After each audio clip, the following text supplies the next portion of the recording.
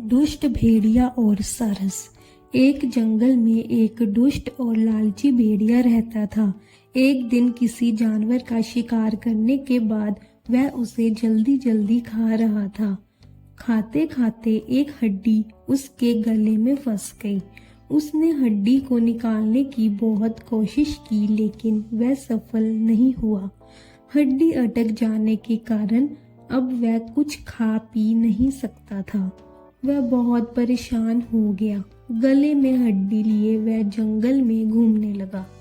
उसने कई जानवरों से मदद मांगी, लेकिन किसी ने भी उसकी मदद नहीं की। वह एक सारस के पास पहुंचा। लंबी चोंच देखकर भेड़िया समझ गया कि केवल सारस ही उसकी सहायता कर सकता है। भेड़िए को देखकर सारस डरकर भागने लगा। भेड़िए ने उसे रोका और कहा, सारस भाई, मैं तुम्हें कोई हानि नहीं पहुंचाऊंगा, मुझे तुम्हारी मदद चाहिए।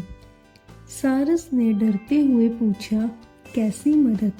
भेड़िए ने सारस को सारी बातें बता दी। उसने सारस से कहा, यदि तुम मेरी मदद करते हो तो मैं तुम्हें इनाम भी दूंगा। सारस को भेड़िए पर दया आ गई। उसने अपनी लंबी चोंच भेड़िए के मुंह में डालकर हड्डी निकाल दी। हड्डी निकल जाने के बाद भेड़िए को बहुत आराम मिला। वह जब जाने लगा तो सारस ने कहा, आपने कहा था कि मुझे इनाम देंगे, तो मेरा इनाम कहाँ है?